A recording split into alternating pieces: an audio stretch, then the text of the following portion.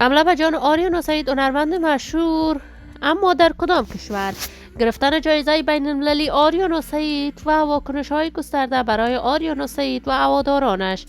رقابت جدید آریانا سعید در سطح بین المللی. آریانا سعید اکنون وضعیت صحیش چگونه گزارش داده شده است؟ چرا بالای وی حمله صورت گرفته است؟ من در این ویدیو پیرامون حقایق همین ماجرا خواهم پرداخت، پس در ادامه با کانال دنیا اینفو باشید.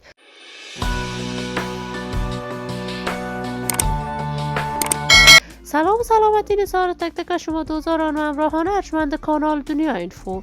شما را خوش آمدید میگم به یکی دیگر از ویدیوهای جذاب و دیدنی این کانال.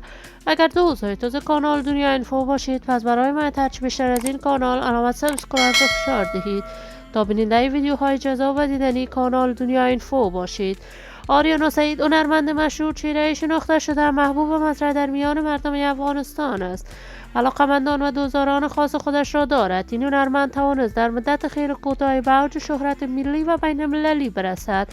کارهای هنر موسیقی آریانا سعید مورد حمایت گسترده افغانها در سرتاسر جهان قرار می‌گیرد.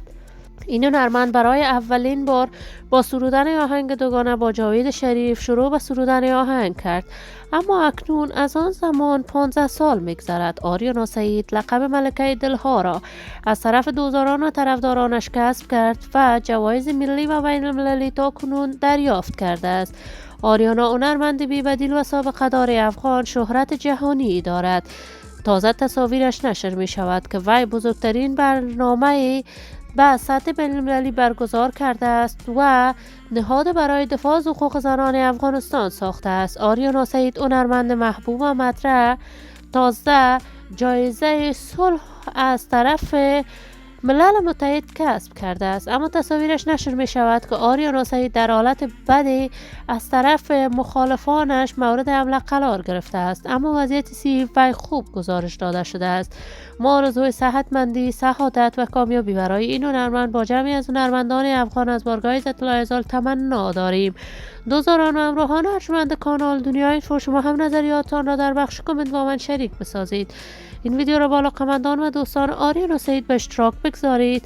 اگر دوستای تازه کانال دنیا اینفو باشید، پس برای ما هرچی بیشتر از این کانال علامت سابسکرایب را فشار دهید تا ویدیوهای دیگر کانال دنیا اینفو را از دست ندهید. تا درودی دیگر، بدرود.